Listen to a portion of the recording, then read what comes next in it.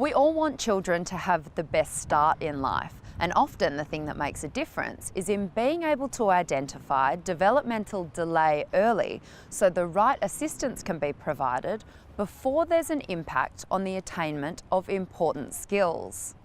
But in very young children, how do we tell if they're doing well or would benefit from some targeted assistance?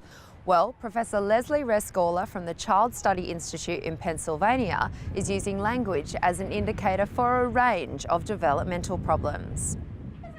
He's got a cow nose, so he's an elephant. It's a cow nose. Language is a very important marker of development in general. So if you identify children who are slow to talk at 2, some of them are going to have intellectual disability, some of them are going to have hearing impairment, some of them are going to have autism spectrum disorders, some of them are going to have comprehension or receptive language problems as well as expressive, and some are just going to be late talkers. So it's an easy way to identify children that might have a whole range of other disabilities.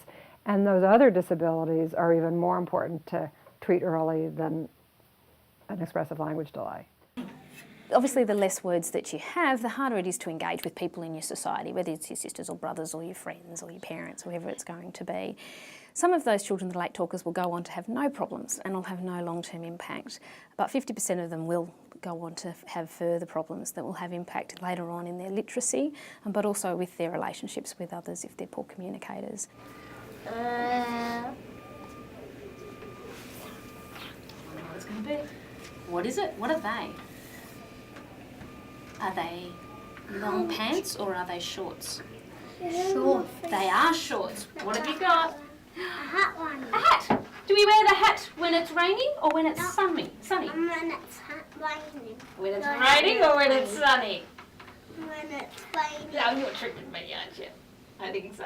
When do we... Children begin to speak their first words around a year of age, but even before that they understand words that are spoken to them and they can discriminate sounds in their language, and they use a lot of gestures and nonverbal communication to convey their wants and needs. So they already have done a lot toward the acquisition process before they start talking. Once they start talking, they begin to acquire words, generally starting at around 12 months, and by 18 months many children have quite a few words, but there's a lot of variation. And by 24 months, the instrument that I developed, the Language Development Survey, has shown that the average vocabulary is between about 170 to 190 words, but there's a wide range. So the average range is from maybe 75 words to 225 words. So that there's a big range in terms of how many words children have in the 1 to 2 year period.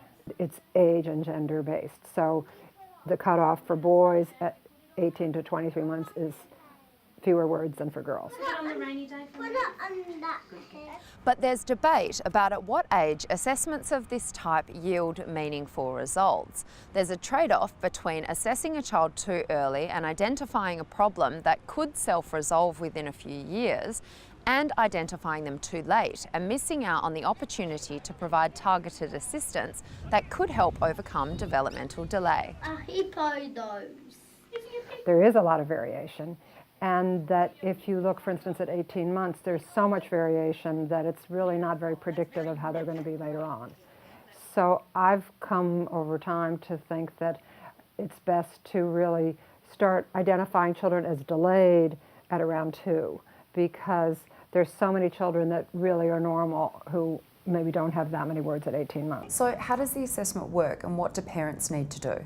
Our language survey has 310 words, and they're arranged by category. So there's the food words, the animal words, the vehicles, the people words, and so on.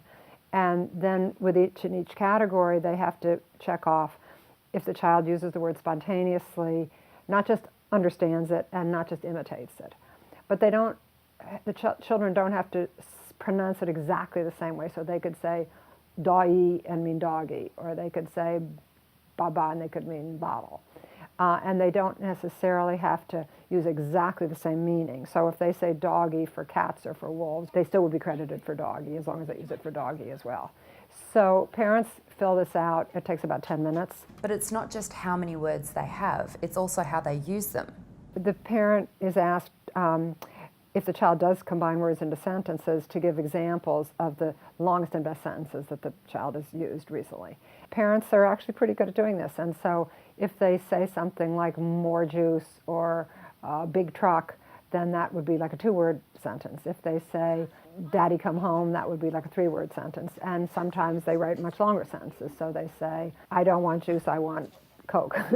So that the children can produce quite long sentences at 2 because there's a wide variation in that. So, I mean, and they're all progressing really well. The sentence level's not too hard, but at a nice level for them, I think. In our early LDS studies, we used as our criterion for language delay fewer than 50 words or no combinations at age 2. So when you find a child with too few words, what is it that you're actually identifying?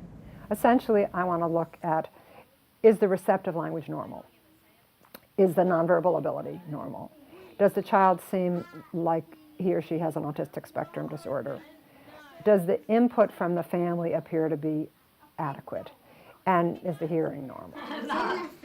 Tell me again. It might be things like concepts, things like first and last and up and down and big and little.